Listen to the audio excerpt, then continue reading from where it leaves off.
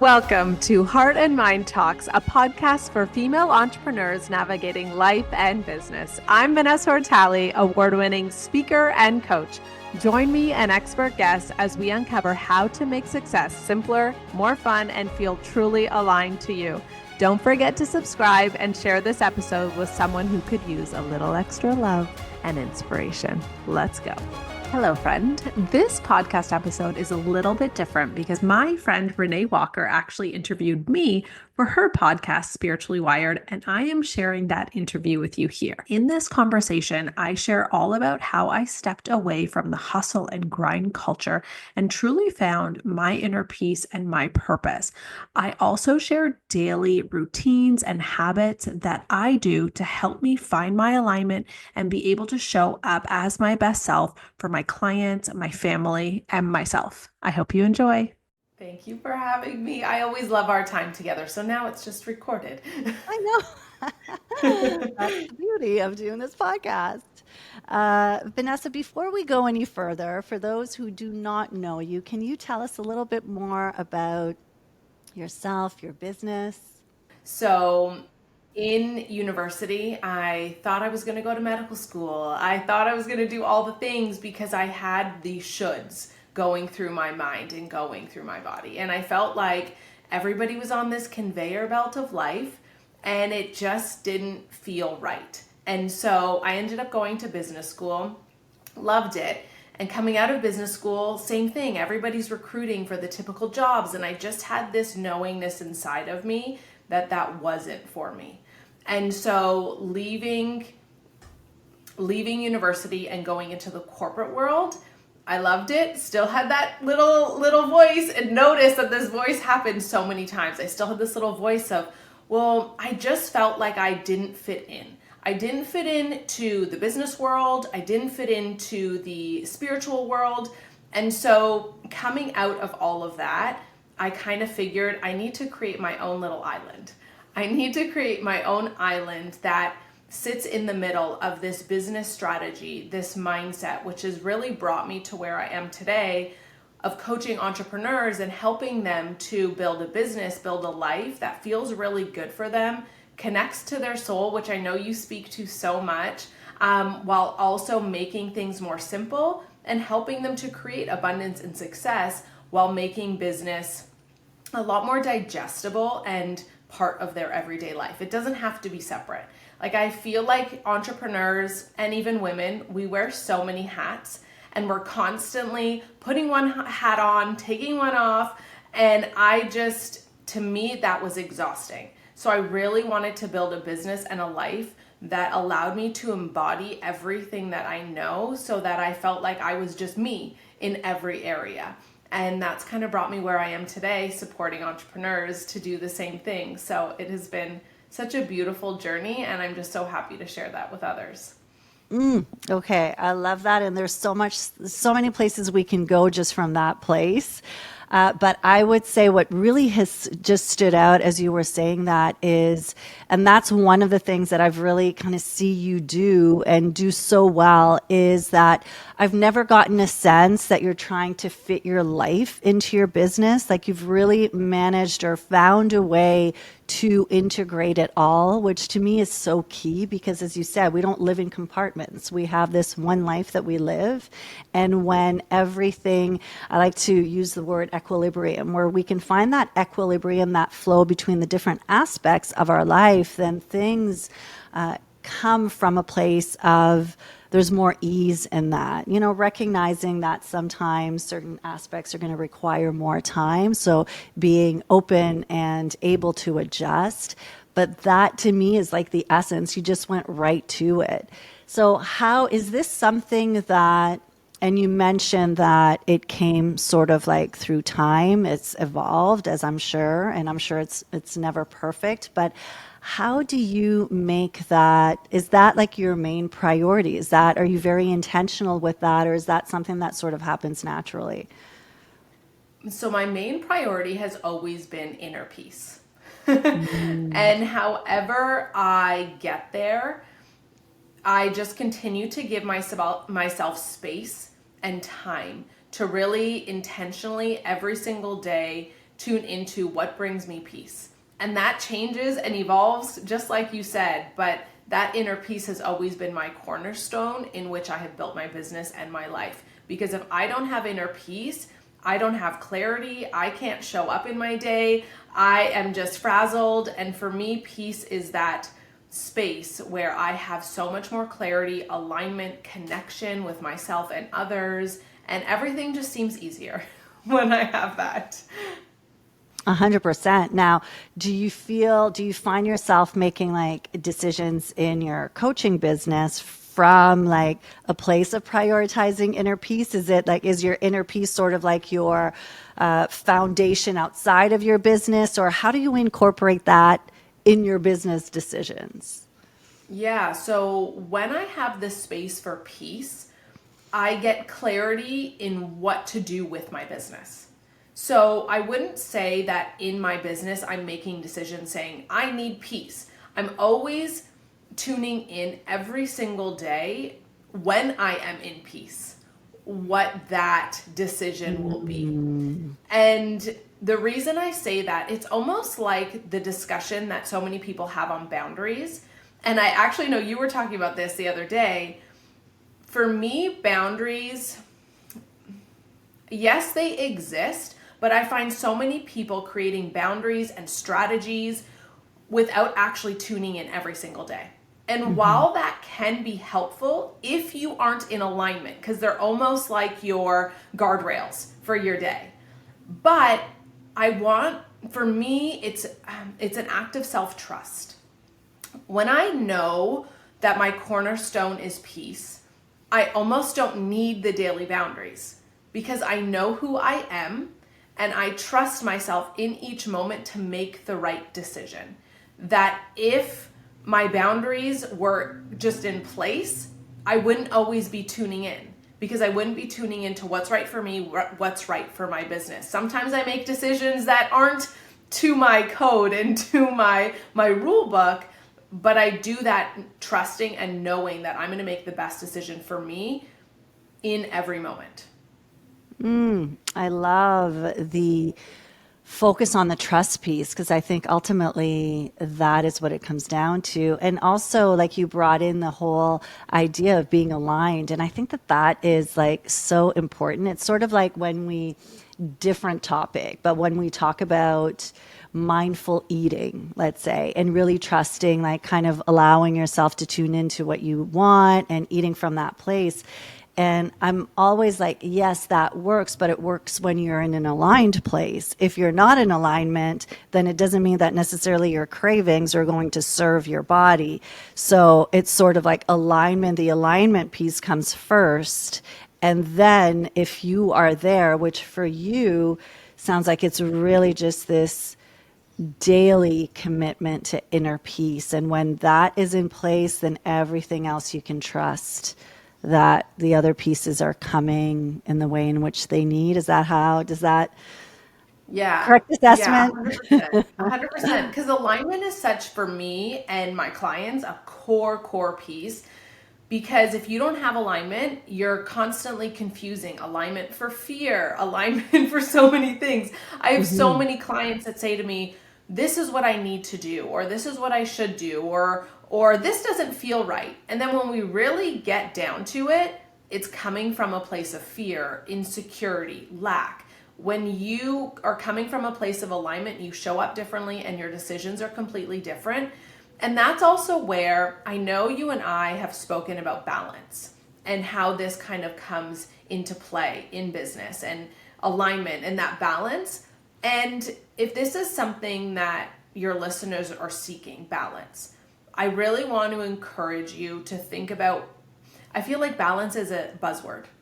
I want you to really think about, what does balance even mean? And why are you trying to achieve it? Because similar to boundaries, I guess I just challenge these normal words. I almost don't believe in balance because balance is a state of being. It's not something that we try to achieve. Balance is the peace inside of me. Balance is the alignment inside of me. And when I am feeling peace and alignment, I have balance. Knowing that balance is always shifting and adapting. Balance is the balance between my mind and my body. It's the balance between my masculine, feminine. It's the balance between my strategy and my business side and my spiritual side, right? And I think when we start to challenge that word and what we're looking for, we really get to the core of what does it mean and what are you actually trying to achieve? Are you trying to achieve balance because you want to be more productive, or you're not getting enough done, or you don't feel connected to your family or your partners? Like, we're actually starting to get to the core of this, not just this illusion of I want balance, I want peace, I want alignment. It's why. Like, what's at the core? Because then we can actually start to diagnose the situation so that you can feel completely aligned and spiritually wired, as you would say. I love it. And I'm completely aligned with your idea of balance. I actually did a podcast episode on that where it's like this search for balance that really doesn't exist. And again, it is more this idea of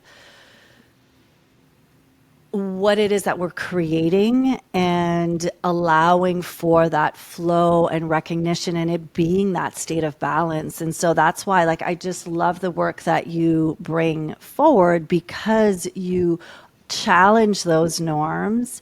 And as you said, it's like you recognize that you didn't fit into any, and we get to create, like, we don't have to fit in. I'd say one of like the challenges that I know I can easily slip into. I see clients do the same, friends, like so many different people, and it is comparing or like looking outside, because there is like so much external noise right now. There's so many different ways to run a business, so many different opinions about what it is you can do or should, that big word should do. So what do you find helpful? How do you stay kind of in your own lane without getting caught up in with all of that noise that exists out there? Yeah, I mean, the answer is easy, but it's not always simple. To me, it's just distractions. It's really knowing what are my distractions that are pulling me out of focus. Is it social media? Is it friends? Like, is it family? What is it? And not judging the answer. Because once I minimize distractions and just stay so focused, then none of that matters. I heard, well, I was actually on ChatGPT the other day, and Chat said told me something that I found very insightful. It was this balance between connection and dependence. And really, for me, I see connection without dependence. I see connection with people while not being dependent on my external environment. So the more, and the reason I bring this up is because the more independent I am, the more stillness I have, the less distractions I have, and the less comparison I do. And so the faster I move and the more money I make, actually, the more, I know this word comes with a negative connotation and I don't mean it to, but more isolation, more stillness, more presence I bring into my life. And everything else is moving so fast around me, but this is just so solid and still. Okay, beautiful.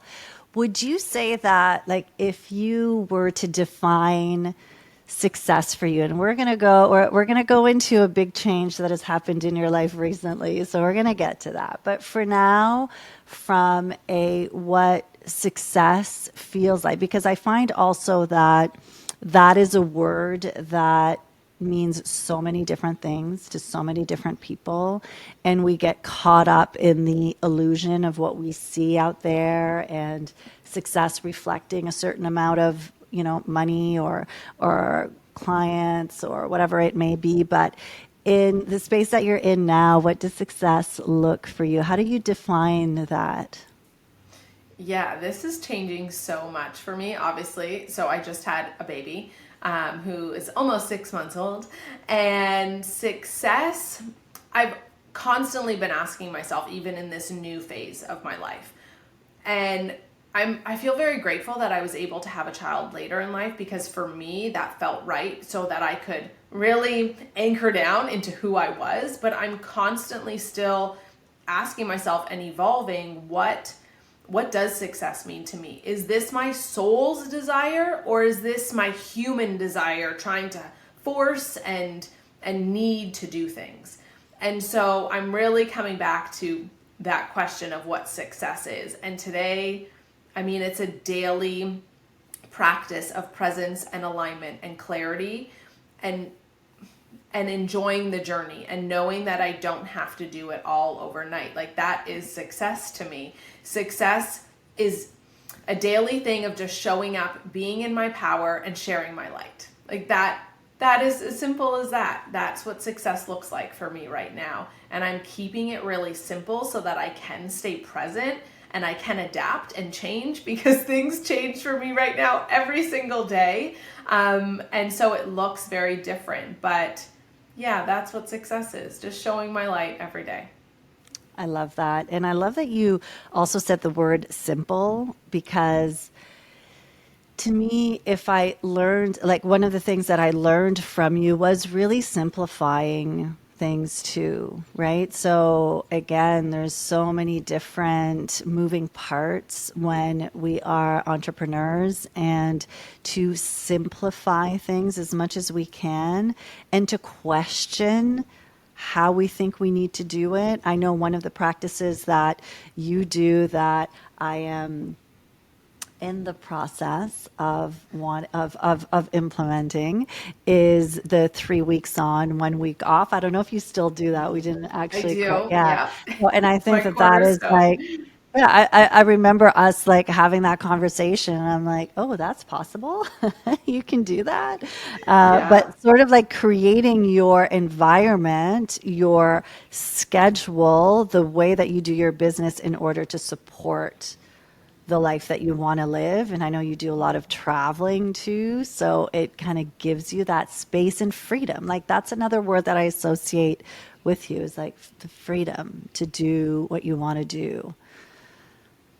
Yeah, yeah, I would say that that's accurate. Those are very important for me and possible.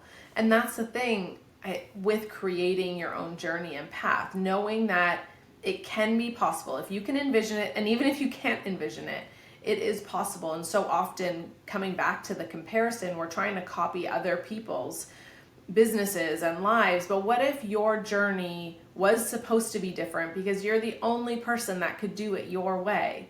And that comes back to this soul connection of knowing that maybe your life and success to you is different than you could ever imagine, and better than more better than you could ever imagine. I love it.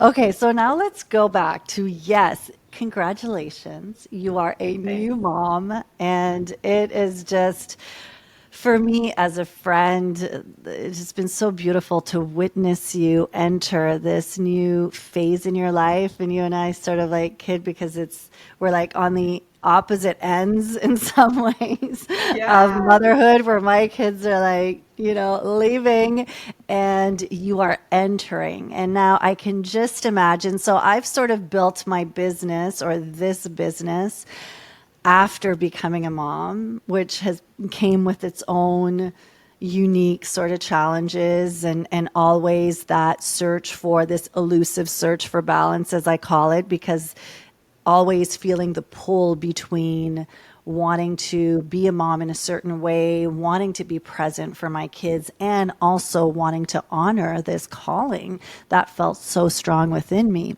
So you have a unique perspective in that now you've become a mom after, as you said, like, you've had the time to anchor yourself and to really be grounded in who you are and what you want, which is, fantastic. And at the same time, that would also have its unique sort of challenges, because you're also more set in the way in which you do things. So what has being a mom, like, how have things changed for you since you've become a mom?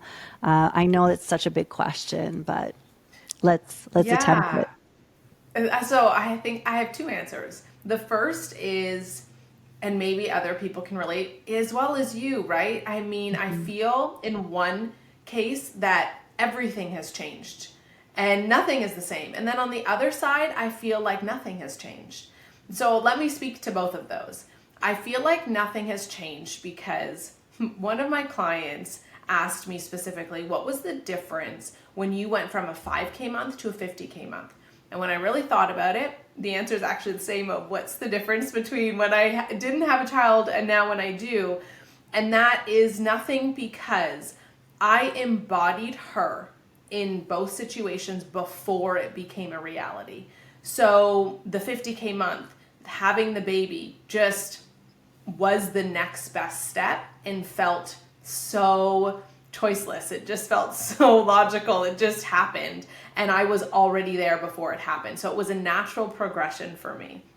And then the part of me that feels like nothing is the same is really encouraging me to completely embody everything that I know and teach.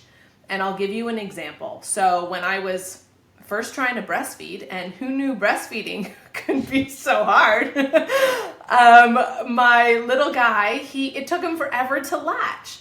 And we would just sit there for 40 minutes and he would be having this little panic attack. And I would just fully come back to my breath and just breathe and just say, it's okay, Maverick. One moment at a time, we are going to figure this out.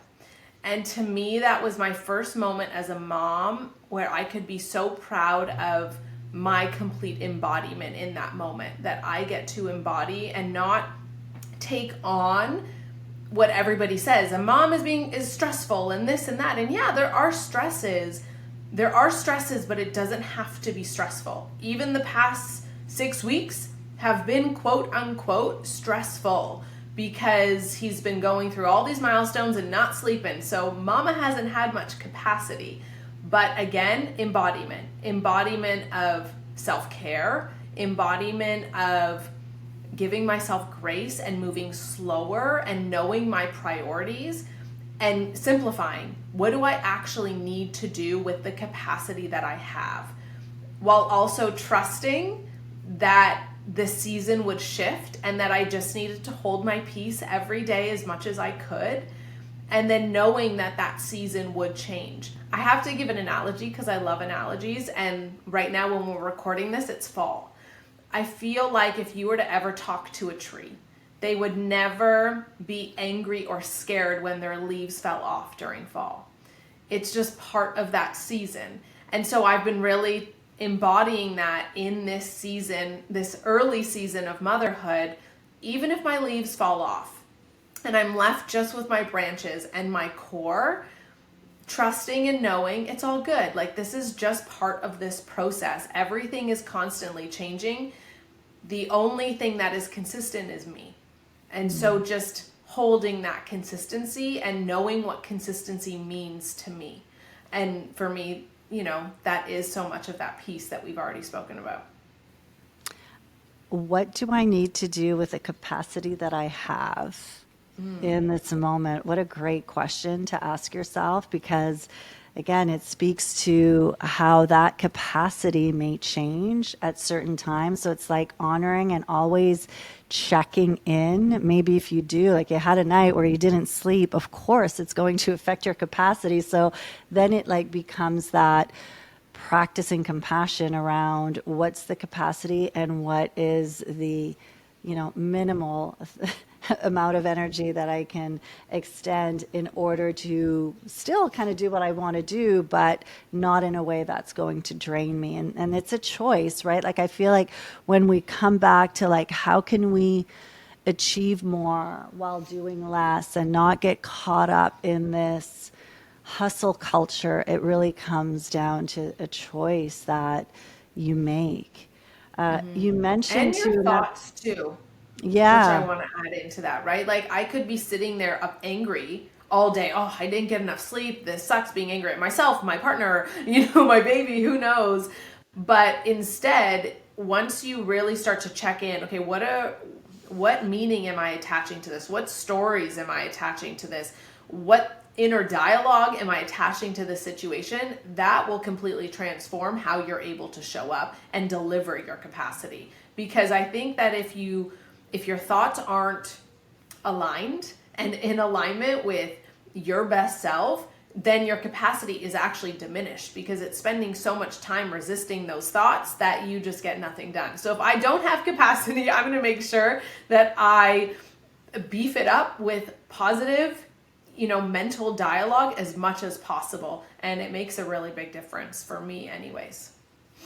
Yeah, and just to come back to the idea of embodiment. So, this is a topic that, I share. Yes, you share a lot about it, but you said something that I think is really important in terms of like identifying the difference. So you said, I can have stresses, but it doesn't have to be stressful.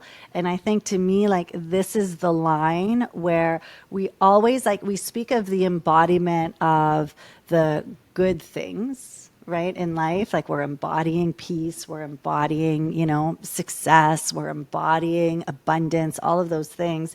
But how easily we slip into like the contrast of that, which is embodying stress and embodying the more sort of like the lack mentality and the negative emotions, which for many people may feel like they don't have a choice, that if there are stresses, that it means that they're stressed. And so when we can like detach ourselves from identifying with the stresses as opposed to experiencing the stresses, it doesn't mean that you are not experiencing real life challenges and stresses, but there's a difference between experiencing them and being them.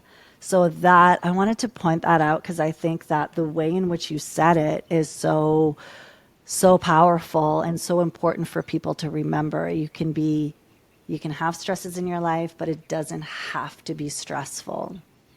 Yeah.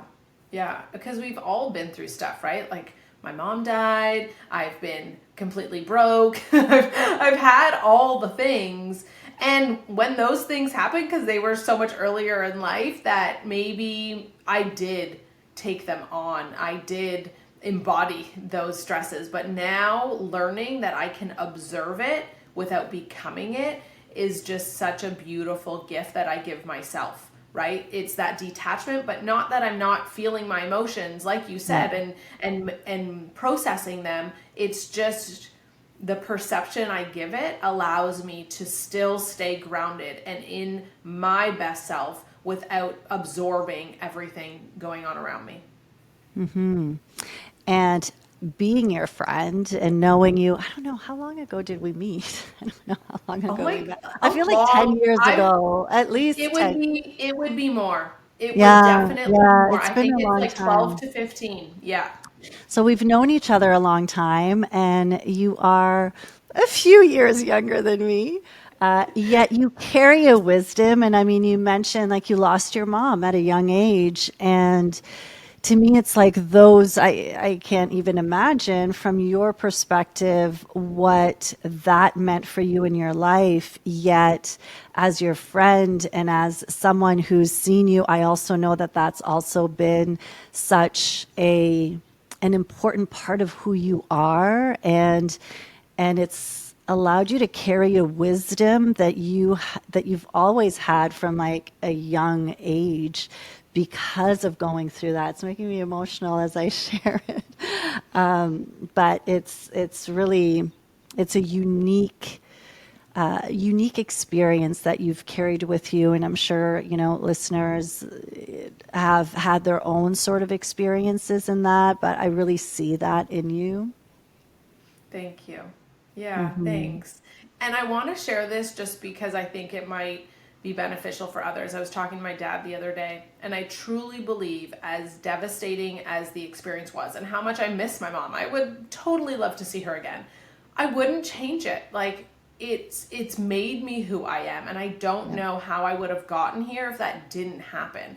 Obviously, there were so many other things, but it's really beautiful to be grateful for the experience, even though it carried so much pain and sadness. Yeah, yeah.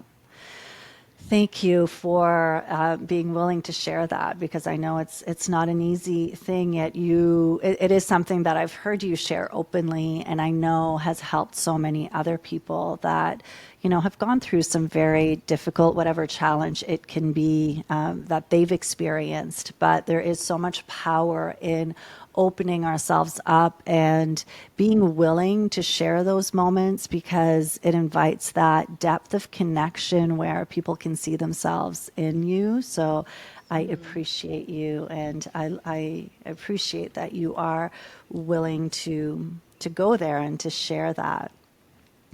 Thank you.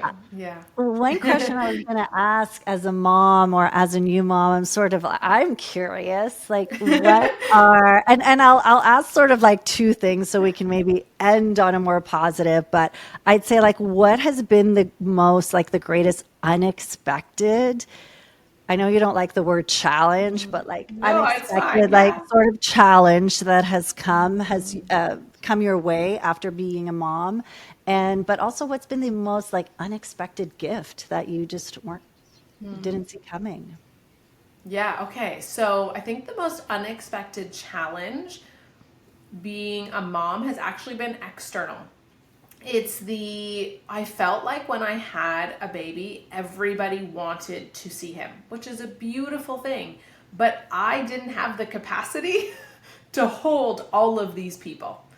And that was a lot. Like, I just wanted to disappear with my baby and just like, no, I'm my baby's bouncer at this point. Everybody wants to see the baby. People don't care about me.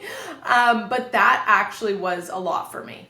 And managing that, and it's like a cord cutting meditation, and like cutting those cords, and managing other people was the hardest thing for me. So in that situation, that gave me my greatest gift, which was showing me everything that we've been talking about today, how much more grounded I need to be in my peace and observe without evaluation. Like observing everybody else, observing the situation without evaluating it, without attaching a story, and just staying so connected. It just was like, yep, you can be more connected, Vanessa. You can be more connected and more grounded, and not let it get to you. And so I accepted that challenge. I okay, that is something that no one really talks about, right? It's the just the feeling of all of the pulls on your energy that are coming from a place of love, from a place of Yes. excitement, yet at the same time you're recognizing I only have so much energy. And it's sort of I love that you brought that up, because I've had so many conversations recently, and I've had them, with clients, but also in my personal life right now, where it's like you are like really finding that space of being okay to, and maybe, I mean, I would use the word boundary in this case, where it's like really being aware of what you're allowing, the energy that you're allowing into your space. But sometimes, like we always sort of talk about it from a perspective of negative energy, but there's also sometimes like good energy. It's just you don't have like what you're craving, what your soul needs, your body, your mind needs is more to be introspective, to be by yourself, to isolate, to have that moment.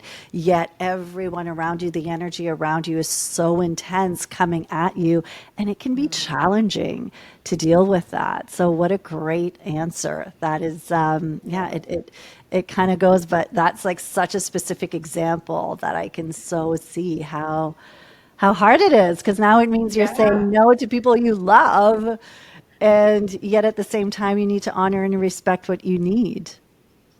Yeah, especially because I present as an extrovert, but I'm actually an introvert. So I really mess people up because they think that it's personal or that I don't like them, and it's not that. Like I love connecting with people, so it seems like I'm extroverted, but I actually need so much alone time and stillness and detachment from others. So I get that it confuses people, and it just helps me and nudges me to just continue to be my authentic self regardless of what people think, right? It's hard but you are not responsible for how other people react and respond to you making decisions from alignment. It's never been easy for me, like I said, because I'm introverted and present differently. Yeah, we're definitely sisters in that, because especially since the pandemic, I know for me is when it became even more clear, because before I was never really given the opportunity to be more of an introvert, because it's just, right, life is life and you're driving. I mean, at the time, like for me, it was like I was in that phase of driving my kids everywhere and going to competition, skating competitions and hockey tournaments and school and then friends and all of those things. So we were kind of just on this roller coaster of life. And when this happened, it changed everything. And I almost feel a little bit guilty saying it, but for me, I thrived in that environment where I did not, like, it was like I was in my zone and loving the time and space by myself. So it's been interesting as we like reintegrated, and now, we'd say we're fully reintegrated. My spirit does not want the same level of connection, that time within. And I think from a spiritual perspective, it is so important to give yourself that time. So I so relate to what you're saying, and I'm sure a lot of people do, because it has been challenging for many people to come back to all of the regular pace of life. Yeah, I love that you said that. And I actually just made a connection. That's something that I have actually done since my mom died. And I remember when my mom died, I didn't go to family Christmas because I needed to heal. I needed that space, which caused some conflict, I understand. And people were like, "What? You're not going to family Christmas?" I literally booked a reservation at the Shangri-La and had high tea by myself on Christmas, because that's what I needed. I needed that space. I needed just to connect inward and not give into the expectations around me, and just listen to what I needed. So yeah, I love that you connected that to COVID, because when it happened, I'm like, this is the best. You mean what? I don't have to do anything? This is so great. I know. And again, I respectful of the fact that it was not a great time for many people for other reasons. Yet there is a truth to the fact that for some of us, it was like almost a relief of like, okay, and I mean, I was looking forward to seeing people again, but yeah, now it really was that opportunity to check in as to what I need. And so I'd say, if you were to bring it down to like, what is that practice that allows you to be in a space of embodying the inner peace and embodying what it is that you need? Because the thread that keeps coming up, or that has kept coming up throughout this conversation, has really been honoring being clear on what you need, knowing that changes at every moment, and making sure that you honor that despite maybe disappointing other people, despite perhaps creating some conflict, despite a lot of things, which is where most of us will feel like, I know. So sometimes you can get to the space of clarity, but you have to be willing to honor that. And that means uncomfortable, perhaps, conversations.